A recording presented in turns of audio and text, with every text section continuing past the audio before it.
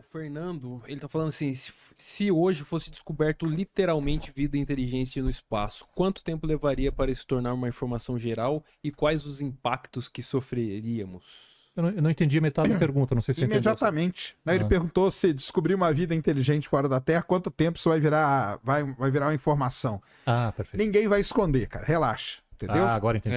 Não vai esconder. Ainda mais que a gente falou, cientista tem o maior ego de todos os seres vivos do universo. Concordo. Então, se o cara descobre, ele vai querer falar imediatamente, porque ele vai ter medo que o outro descubra também. Porque se eu descobrir, quer dizer que tem. Quer dizer que tá ali e outro cientista pode descobrir. Se outro descobrir e anunciar, ele vai ganhar o mérito. Então, por que eu vou esconder? Então, ele vai lá e anuncia na hora. Agora, os impactos, para mim, os impactos serão gigantescos em todos os níveis da sociedade, cara. Em todos, entendeu? Culturais, religiosos. Religiosos, principalmente. Né? Religioso, cara, eu tenho certeza que vai virar um caos. Muda tudo, né? Vai virar um caos. Científico também. Mas, cara, não esconda. Agora, vem aqui sexta-feira. Porque o Vernes pensa diferente de mim. Mas vem aí conversar com ele, que é gente boa demais. Mas mesmo que não seja vida inteligente, só um adendo, se achar... Ah, não. Qualquer tipo outro de vida que achar... Quando você fala que não acredita, inclusive, em unicelular, tudo. Não, unicelular eu acredito. Ah, tá. É vida inteligente. Inteligente, inteligente. Eu tô com sacane também. Acho que vida inteligente é mais difícil mesmo. Mas, Até aqui é difícil, imagina lá fora. E vida consciente mais difícil ainda. Vida com consciência própria ainda mais difícil do que vida inteligente. Daí para construir foguetinho... Mas o lance é o seguinte... A distância é tão grande. É tão absurdo, né? Cara, assim, é uma coisa assim que, cara, a não ser que a gente descubra que algumas leis da física estão erradas, a gente não vai descobrir, a gente não vai saber, é porque assim, é impossível. A gente vai ficar com tudo muito longe. A não ser que seja realmente nessas estrelinhas aqui perto da gente, né? Ou nesses planetas aqui. E mesmo assim é longe. E mesmo assim é longe. Tanto que, por exemplo, é uma coisa que outro dia eu fui ver umas contas ali. Para chegar na Lua, né, Sacane? 3 dias, é isso? 3, 4 dias. Hoje é 3 dias. Chegar em Marte, acho que é alguns meses. 10 meses. Chegar em Alpha Centauri é 100 mil anos. Então. Que é a estrela mais próxima nossa, que tá 4 anos. 100 mil anos, cara. Esse negócio só para chegar na nave na velocidade que a gente tem hoje. Então é uma coisa louca. E no mínimo 4 anos para uma informação chegar de lá para cá, né? Com ondas eletromagnéticas. É isso mesmo. Tem uma aqui nessa mesma linha, uma pergunta do ET Bilu. Mano, ET Bilu. ET Bilu. Ele tá perguntando quanto tempo os humanos vão levar para se tornar uma civilização interestelar. Há chances de um grande boom tecnológico? Cara, interestelar eu acho que nunca, tá? É multiplanetária, que é o sonho do Elon Musk, né? Que é tirar o ser humano daqui e levar ele para, sei lá, Marte e tal. Pode ser, eu também acho que não vai acontecer. Colonizar e ter uma vida desenvolvida num outro planeta do ser humano, eu acho que isso é muita ficção científica. Ir lá em Marte explorar, ir na Lua explorar, beleza. Agora, colonizar mesmo, com uma colônia, com cidade, eu acho que isso é muita ficção científica. Embora tem uma galera aí que defenda que vai acontecer e tal. Agora, interestelar, aí não vai, cara. Isso aí não vai ter como. O ser humano, dificilmente, cara. Não posso falar também que nunca, né? Porque eu não vou estar aqui depois. Mas dificilmente vai sair da Via Láctea, cara. Entendeu? Pô, mas agora eu vou botar um bichinho nessa história aí, se me permite. Pô, E o lance do fim da vida? O que seria essa... Porque existe uma possibilidade de, aqui na Terra, por exemplo, acabar tudo, porque toda instituição sempre sobrou alguma coisa, né? Não é que existe a possibilidade, a Terra vai acabar. Ah, sim. A Terra como sabe. Aí vale até lembrar, né? Quando a gente fala assim, tem duas coisas. Uma coisa é acabar o planeta. Isso vai acontecer daqui a uns 5 bilhões de anos. Isso. O Sol vai crescer, vai virar uma gigante vermelha e vai engolir a Terra. Aí acabou. Esquece. Aí pode ter vida, pode ter o que for. Não sei se eu vou estar vivo, né? Não sei se nós vamos estar fazendo um podcast. Né? O Pirula. Com o Pirula, né? Total. Mas isso aí é o fim da Terra. Agora, uma coisa é acabar a vida na Terra, não quer dizer que vai acabar a Terra, viu, pessoal? Tanto que a vida já acabou tantas vezes e a Terra continua aqui, ó, bonitinha. Mas vamos lá. O que a gente tem pela frente aí? A gente gosta de olhar para trás, né? Eu que sou biólogo evolutivo, gosto de ver o passado, né? Mas vamos olhar o futuro. Daqui a 250 milhões de anos, tem tudo, né? As evidências indicam que os continentes vão se agrupar de novo. É o tal do Pangeia Última.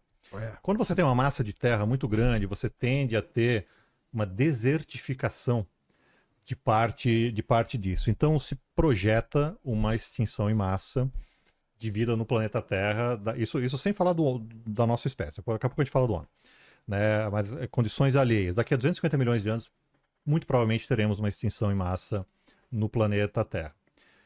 O Sol vai aumentando o seu brilho, isso é natural, faz parte do ciclo de vida do Sol, né?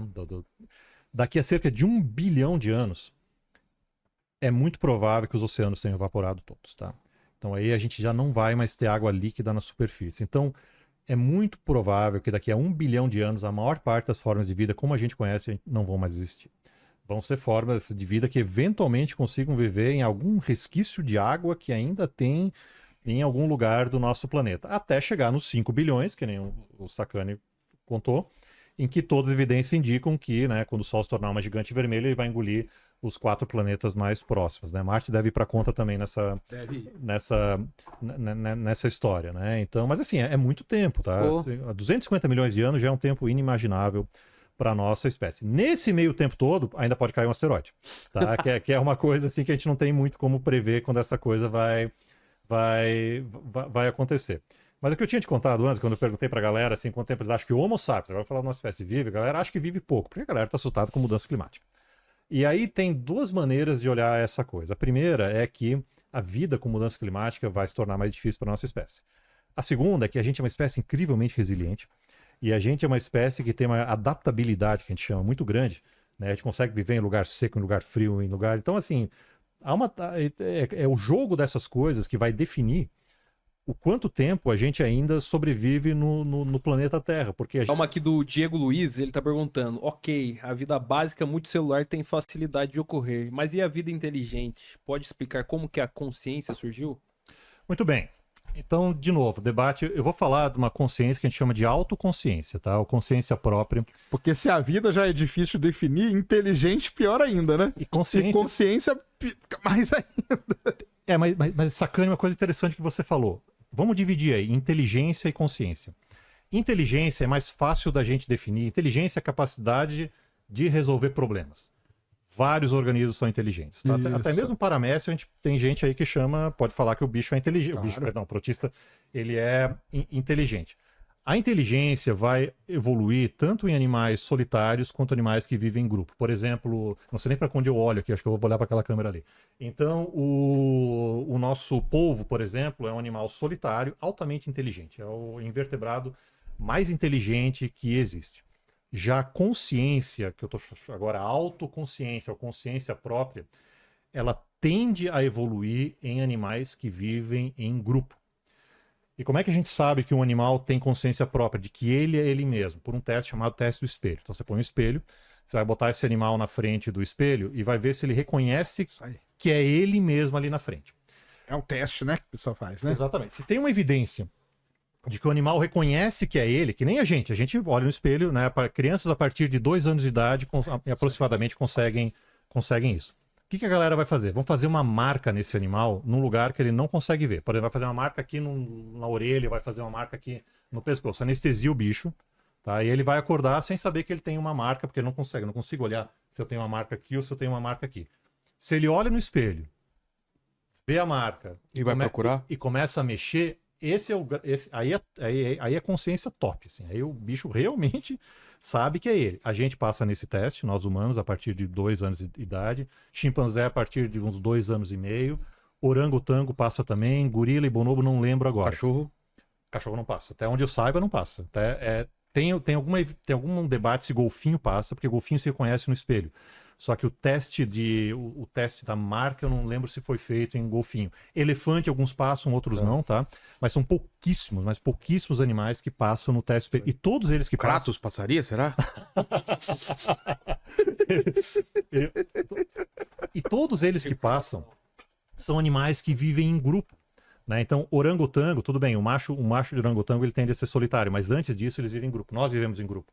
Né? Então parece que a evolução da consciência, agora não da inteligência. A inteligência evoluiu em vários grupos de animais, não é uma coisa linear, evoluiu nos polvos dentro de molusco, evoluiu na gente aqui em primatas, evoluiu no elefante, que é um bicho inteligente também. Agora, a consciência própria tende a evoluir nos animais que vivem em grupo. E os top mesmo é a gente, orangotango e chimpanzé, que sabe que é você que tá ali no espelho. E a parte sexual, a parte do sexo como forma de...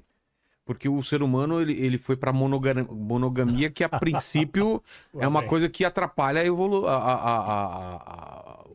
você como espécie, não é? Muito bem. Vamos falar da evolução do sexo? Então tá bom. Olha só. Sexo quer dizer você ter uma troca de material genético entre dois organismos. Não vamos confundir sexo com cópula. Tá. Cópula é um tipo de sexo, que é o que a gente faz na nossa espécie. A maioria dos vertebrados, ou mesmo boa parte dos animais, faz esse negócio.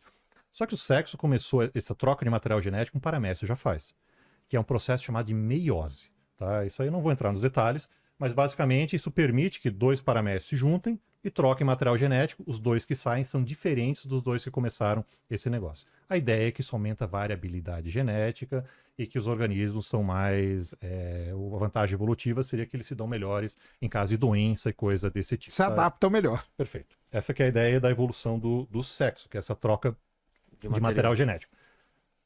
Os primeiros animais não tinham cópula, mas tinham sexo. Uma esponja, uma água viva, um coral, já tem espermatozoide, já tem óvulo. Só que o que o coral faz? Lança o espermatozoide na água, lança o óvulo na água, eles têm que se encontrar na água. Ou o espermatozoide vai sair de um coral, vai ter que nadar dentro de uma outra colônia e vai fertilizar internamente, tá?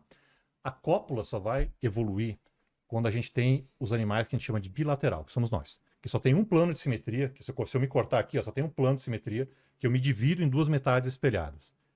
Tirando esponja, tirando coral, a maioria dos animais é assim. A mosca é assim, teu cachorro é assim, a planária é assim. E tem um motivo? A razão pela qual... São três coisas que vão evoluir junto. A bilateralidade, a cefalização, que é o fato do animal ter uma cabeça com uma concentração de neurônios na parte interior do corpo. O coral, a água-viva, já tem neurônio, tá? Só que ela não tem uma cabeça ainda. Quando você tem essa cabeça, e isso é uma vantagem evolutiva gigantesca, você vai ter os órgãos do sentido, tipo olho, tipo ouvido, tipo narinas, na parte interior. Então, você encontra o mundo com a tua cabeça. Pensa no cachorro. Sim. A gente, como é bípede, né, secundariamente, a gente não é tão fácil de ver essa coisa. Mas o cachorro vai encontrando o mundo. Isso foi uma vantagem gigantesca. E isso permitiu o movimento direcionado para a caça e para um parceiro sexual, que é a cópula. Porque o que acontece? A gente é bilateral com uma cabeça. 2 olhos, 2 ouvidos, 2 narinas. Esse olho aqui forma a imagem. Esse aqui vai formar uma outra imagem. Nosso cérebro pega essas duas imagens, junta, e aí a gente tem essa noção de tridimensionalidade que a gente está tendo aqui.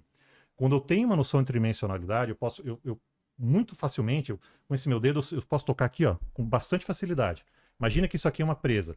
Agora, visão bilateral, audição bilateral, olfato bilateral. Com uma cabeça, eu vou precisamente na presa que eu quero caçar e vou precisamente no parceiro, na parceira sexual que eu quero ter alguma relação. Então, a caça e a cópula, elas vão evoluir nos chamados animais bilaterais, ou seja, depois de esponja, depois de água-viva, depois de coral.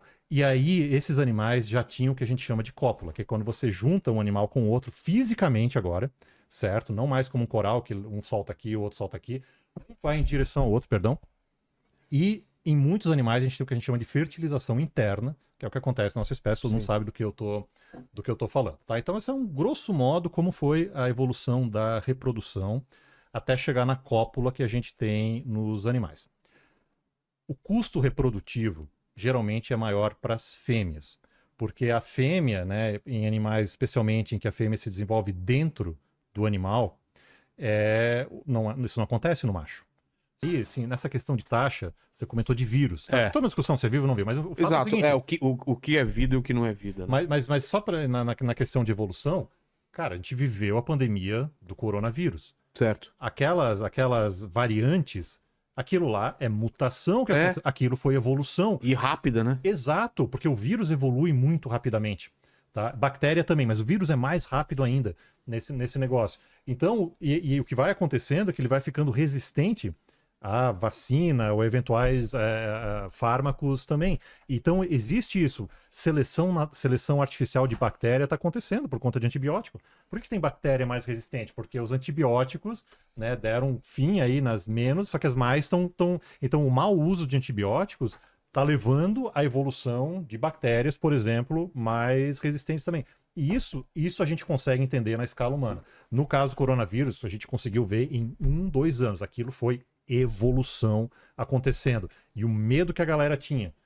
Vai aparecer uma nova variante. É que em vírus a gente não chama de espécie, a gente chama de variante. Mas a variante que terminou, que aí sim, ela era menos... danosa. Exato, menos danosa. Ela era diferente daquela primeira. A sequência de DNA era outra. E é isso, é a evolução.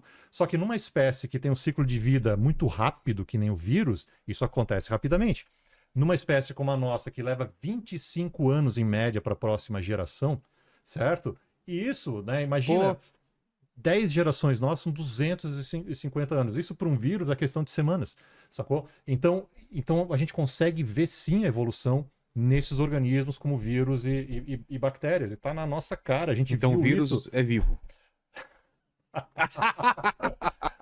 Não, então, tem essa discussão ainda? O problema do vírus é que ele depende de outra célula. Ele sozinho, ele não consegue se multiplicar. Ele é obrigatoriamente parasita. Ele tem que inserir, ou ele vai inserir o seu DNA no núcleo de uma outra célula e vai utilizar essa maquinaria do núcleo, ou que nem o coronavírus, vai botar o RNA e vai utilizar no citoplasma maquinaria de transcrição de RNA.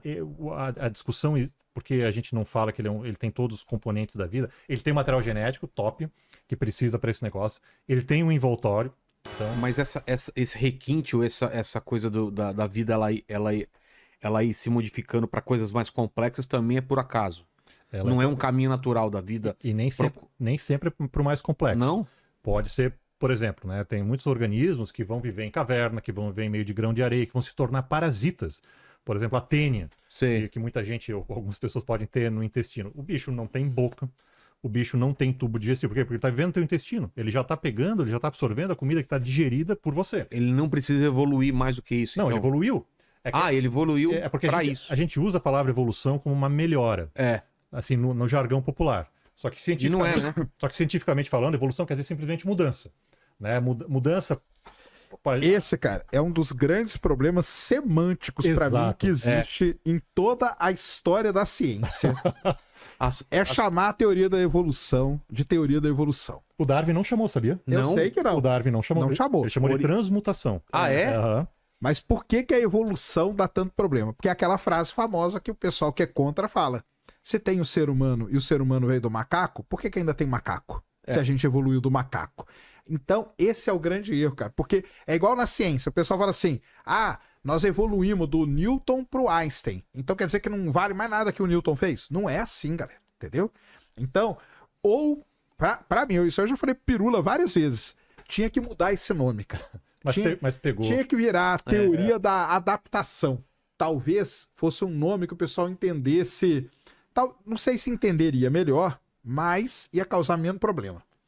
Porque o lance de você colocar essa palavra evolução, aí vai estar a galera falando assim, mas quer dizer que a gente saiu da ameba e virou ser humano. Quer dizer que... eu vou falar da ameba. Eu vou falar da ameba daqui a pouco. Como que é que o pessoal fala? Eu só vou acreditar na evolução o dia que eu ver um chimpanzé parindo um ser humano. Nossa! Surge essas frases. Surge essas frases também. Essas frases são as que mais surgem, cara. Eu só acredito na teoria da evolução o dia que eu ver um macaco parindo um ser humano. Porque aí eu tô mostrando que do macaco a gente... Então, não entendi. é isso, cara. Então, a ciência, ela tem esses problemas de semântica. Mas aí é o que o Beto falou. Nem o Darwin chamou teoria da evolução. Alguém resolveu colocar esse nome. Olhou. É igual, no nosso caso da Big Bang, né? É igual o Big Bang. O Big Bang foi um nome criado para zoar o que o cara tinha feito. E pegou. Entendeu? Aí é os caras que falam, não, e não tinha nada e de repente, bum. Não é assim, galera. Isso não existe, entendeu? Isso não existe. Então, mas a ciência é repleta desses problemas. Esse é um problema de semântica, cara. Basicamente é isso. É isso mesmo. Mas vai lá, continua. Não, é isso. E o Darwin, para não dizer que ele usou o verbo evoluir na última sentença da origem das espécies. Ele não queria usar, ele queria usar transmutação. Só que evolução pegou. Evolução, lá do latim, quer dizer, é desdobrar. Como se Evolução do latim é o Cortella. Evolução Não, do o latim. Cortella. Evolução do latim evolutivas. Eu não sei imitar. Sabe, eu também não sei, cara. O Eu Pirula aqui adoraria, tá mas bem. falou um pouquinho da evolução, da origem da vida. Das condições, do que hoje é mais aceito. Isso. E aí, desse primeiro salto aí que você falou, né? De quando ele. Da fotossíntese. Da né? fotossíntese. Isso. Então a fotossíntese ela começa ali a liberar esse oxigênio mesmo cerca de 2,5 bilhões de anos a 2,5 bilhões de anos, tá? Tá. 2,4, 2,5. Esse oxigênio permitiu, né, o que a gente chama de respiração celular, o que a gente está fazendo agora o tempo todo. Você fica 10 minutos sem respirar, você morre, porque o oxigênio precisa ir lá na tua célula receber esses elétrons, tá? Para fazer rodar a formação que a gente chama de ATP, que é a moeda de energia da vida. Certo? A gente vai comer o amido ali sei lá, do macarrão, do arroz ou qualquer coisa que seja. E lá na nossa célula vai ter um processo chamado glicólise, ciclo de Krebs, que a galera da bioquímica estuda, que não é tão complicado assim, mas todo mundo acha que é complicado. E é um pouco, tá? Vai. A galera vai me malhar agora, eu vou ser cancelado nesse negócio. Mas não É comer o amido, não comer o amigo. Como o pessoal tá. O pessoal tá falando, comer o amigo? Comer o amigo? Não, eu não falei. Não, mas o pessoal tá perguntando aqui no chat. A gente fala, você pode até comer um amigo, mas a gente tá falando de comer o amido. Isso, Tá. não é no sentido figurado, não. É no real ali mesmo. Isso mesmo. Beleza? E aí lá na célula vai acontecer essa reação que vai formar o ATP, que é basicamente um pacotinho de energia, tá? Chama adenosina, trifosfato. Qualquer coisa que você faz, você vai queimar esse negócio. São outros ciclos, tá vendo? Então a vida e tudo na Terra, tudo depende de ciclos, cara. Esse é um ciclo importantíssimo. Com isso, teve a possibilidade de evoluírem os fungos, que são muito importantes, e os animais também. Tá? Levou um tempo ainda para isso acontecer. Os animais, que é o grupo que eu trabalho um pouquinho mais, eles aí vão surgir na casa de uns 600 para 700 milhões de anos atrás. Tá? Tem até umas evidências um pouquinho mais antigas. Utilizando esse oxigênio. E há cerca de uns 542 milhões de anos, a gente teve o que a gente chama de explosão cambriana, que não é uma explosão, é simplesmente uma grande diversificação de vida animal. E aí a gente chega em níveis de oxigênio quase semelhantes ao que a gente tem hoje, tá? Não é, ainda demorou um pouquinho para esse negócio aumentar. E aí essa vida animal complexa pôde evoluir, mas tudo começou com aquela cianobactéria. Essas cianobactérias fotossintetizantes, elas vão dominar a fotossíntese no planeta Terra até cerca de 250 milhões de anos atrás, quando a gente tem a maior extinção em massa de todas, que é do final do Permiano. 252, mais ou menos, que é por vulcanismo. A gente está falando de mudança climática hoje. Já fomos de 280 para 400 partes por milhão de CO2 nos últimos 150 anos. Naquela época, se eu não me engano, chegou a 2.500, só para você ter uma ideia. Foi assim um efeito estufa Absurdo. sei lá, 5, 6 vezes maior do que a gente está tendo agora. Então, por isso que a gente sabe que mudança climática por CO2 e efeito estufa causa extinção em massa, sabe? Porque a gente já teve isso no passado. Tudo bem, não foi um organismo que criou, foi vulcanismo, só que agora é a gente que está fazendo esse negócio. Muito bem. E a temperatura provavelmente era em torno de 8 graus ou algo em torno de 8 graus mais alto. E A aí, média? Isso, da média do planeta.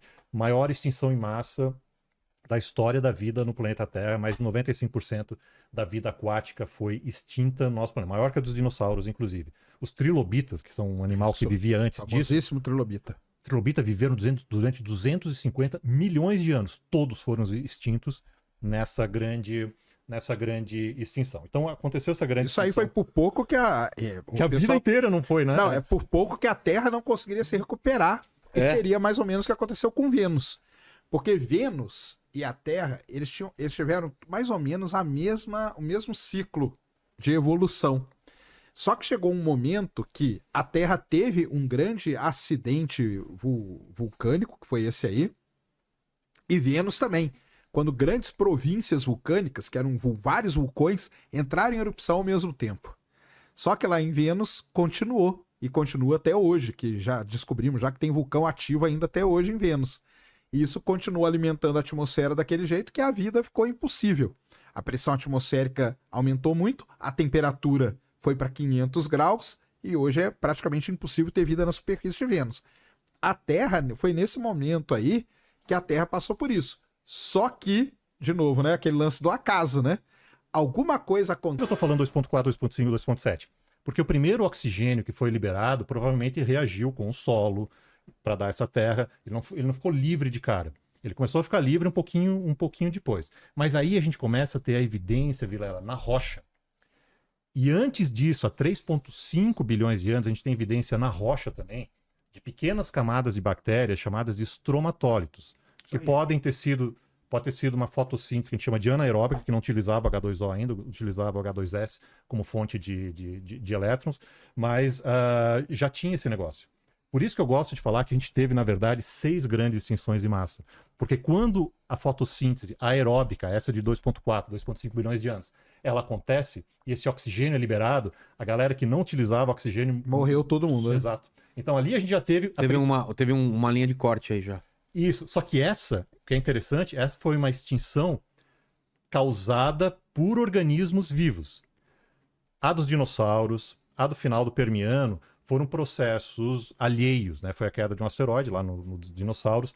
Lá no Permiano a gente acredita que tem sido vulcanismo e que em ambas levou a mudança climática, né? Assim, o que mata mesmo é a mudança climática, tá? No fim das contas é isso. Tá? Não dá tempo dos animais se adaptarem. E coisa desse tipo. Só que assim, o que tem a ver essa primeira extinção com talvez a sexta ou sétima que está rolando agora é que são organismos vivos que... Nós mesmo que estamos se matando. Só que agora somos nós. Tá? Agora somos nós interferindo. Que potência... Eu acho que a gente está longe de chegar nesse ponto ainda. Tá. Quer dizer, não sei. Vamos bater debate isso aí depois. Mas acho que assim, ainda está um ponto de volta desse negócio. Ainda dá tempo. Mas aí, a partir de 3,5 e particularmente a partir de 2,4, a gente começa a ter evidência na rocha desse negócio. E aí, assim, aí fica um pouco mais difícil de refutar, sabe? Eu entendo, assim, que muita gente, por várias razões, eu não acredito. Cara, assim, você olha o estromatólito ali... Tá impresso lá. Tá impresso o negócio, Estromatólito é uma das coisas mais bonitas que tem no mundo, cara. Eu tenho, Você já né? viu? Claro. Pô, eu estudo estromatólito. Por quê? Estromatólito é o pré-sal. Uhum. O petróleo do pré-sal, ele tá todo em estromatólito. Estromatólito é um tipo de rocha que é formada por bactérias mortas. As bactérias foram morrendo e foram formando um tapete assim, ó. E aí isso, lógico, né, com o passar do tempo solidificou, virou fóssil de bactéria. O estromatólito basicamente é isso. Por isso que o Perseverance, que está lá em Marte, o que ele está atrás? De estromatólito. Porque um satélite em órbita de Marte fotografou aquela cratera onde está o Perseverance e viu sinais de coisa que é parecida com o estromatólito. É isso aí, ó. Isso. Só que esse aqui são Só que aí veio uma descoberta totalmente eureka. Aquelas descobertas que ninguém estava esperando, aquela coisa assim... Ninguém desceu com submarino lá nas Galápagos para achar alguma coisa nova. Aí olharam lá no fundo e descobriram as chamadas fontes hidrotermais. E essas fumarolas que a gente chama. Sei. Isso para quem gosta de vulcão, eu não sei, Vilar, você conhece alguém que gosta de vulcão? Fizemos um programa sobre vulcão já aqui. Eu também gosto, mas que nem o Sergião, não. Então, olha só, a galera que gosta de vulcão adora essa história aí, né? Porque o que você tem, né, quando as placas estão aí se separando, você tem essa energia geotérmica e a água do mar, ela percola por isso e ela volta como se fosse uma chaminé. Se a galera botar aí no Google, vai ver, põe fonte hidrotermal, você vai ver esse negócio. Só que ela vem muito rica. Depois procura aí, Lene, para fontes hidrotermais. Hidrotermais. Isso, tá. Está lá a 2.500 metros de profundidade. Coloca hidrothermal vents. Perfeito. E aí é o seguinte, essa água que percola e que volta nessas chaminés, ela é riquíssima em minerais e em compostos, por exemplo, de enxofre, que é o H2S, não é o H2O, é o H2S. Esse H2S, agora entrando rapidamente na química, ele pode ser um doador de elétron para o que a gente chama de quimiossíntese. Fotossíntese usa fóton, usa luz. Certo. Que é o que está acontecendo nas folhas das plantas aí fora. Agora não porque é à noite, mas de dia está acontecendo esse negócio chamado de fotossíntese. E essa quimiossíntese, aí já não é uma hipótese, ela acontece nas fontes hidrotermais. Tem bactérias lá no fundo que estão fazendo isso neste momento. Estão pegando esse H2S, estão pegando o CO2 que está dissolvido na água e estão fazendo compostos mais complexos de carbono. Então isso aí realmente, isso acontece de fato na natureza. Então uma das hipóteses, né, é que isso potencialmente tenha acontecido de maneira similar, uma quimiossíntese para a origem na vida na Terra. Mas o que você precisa? Energia, né? E energia abundante por um longo prazo. Raio, tudo bem, tinha bastante raio no início da atmosfera. Só que as fontes hidrotermais, muito provavelmente, você tinha elas por muito tempo, por longo prazo, fornecendo essa energia que a gente tem até hoje. Provavelmente sempre teve fonte hidrotermal Entendi. aqui no planeta Terra. Então é muito mais plausível como fonte de energia que tenha sido em fontes hidrotermais do que tenha sido aqui na superfície, né? Essa é uma das possibilidades. O que não exclui também a hipótese de que parte dessa vida, ou pelo menos os blocos, tenham vindo do espaço. Então essa teoria da panspermia cósmica, o pessoal acha o seguinte, não veio a célula pronta. Parte da teoria da panspermia postula isso mesmo, que a vida já chegou pronta. Mas o que mais se acredita é que os blocos vieram. Então vieram esses blocos e lá nas fontes hidrotermais, a partir de uma quimiossíntese, houve a formação da vida. Então, Mas você não está empurrando só o problema para outro planeta? Se eles vieram de lá, mas aí a gente vai perguntar. Mas isso é uma hipótese, e como tá? veio de lá? Chama-se hipótese da panspermia. Ah, tá. O pessoal fala que a vida, né, velho? Aí o pessoal, por exemplo, que defende a ideia de ter vida no universo inteiro. A vida aqui na Terra, ela foi semeada. Ela veio de algum lugar, a vida pronta. Essa é uma das teorias. Essa Tá. é só o pessoal entender. Que os elementos e esses blocos fundamentais que a gente chama veio do espaço, isso já é mais ou menos consenso. Porque a gente tem amostras hoje de